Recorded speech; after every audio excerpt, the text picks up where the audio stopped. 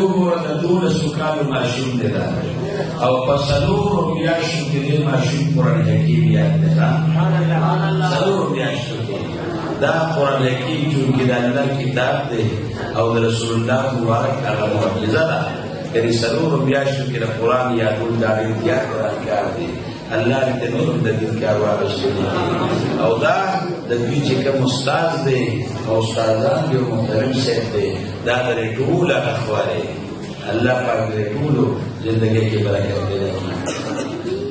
عظیم معجزه په څلورو میاشتو کې قرآن کریم بیان دی. بسم الله الرحمن الرحیم. زما نوم دی محمد عمر، د پلار نوم مې دی عبدالرؤف او دې مدرسه کې سبق وایم احمد خیل جامعه دارالعلوم احمد خیل پېښور. دې مدرسه کې حفظ څلورو میاشتو کې مکمل کړی دی. اعوذ بالله من الشیطان الرجیم. بسم الله الرحمن الرحیم.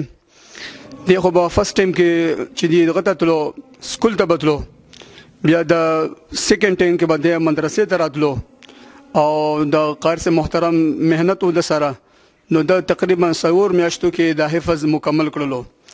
نو چونکې د سره چې دی په کور کم هم محنت کېدو او مدرسه کې قاری صاحب محترم د سره چې کوم دی برفور محنت کولو، نو په دې وجه باندې چې کوم دی د دې محنت سره دوی ته ملاو شوله او د چې کوم دی څلور میاشتو کې حفظ مکمل کو.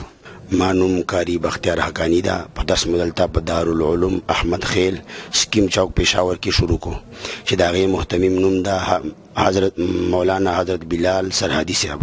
عمر په نوم باندې چې کوم ماشوم ده هغه ما سره حفظ الف لام میم نه واخله والناس پورې ټول وکړو. په دې کې بعد ما ته کله 3 پاوه سبق واورو، کله بیا سپاره په 2 ورځو راته ختمه کړه.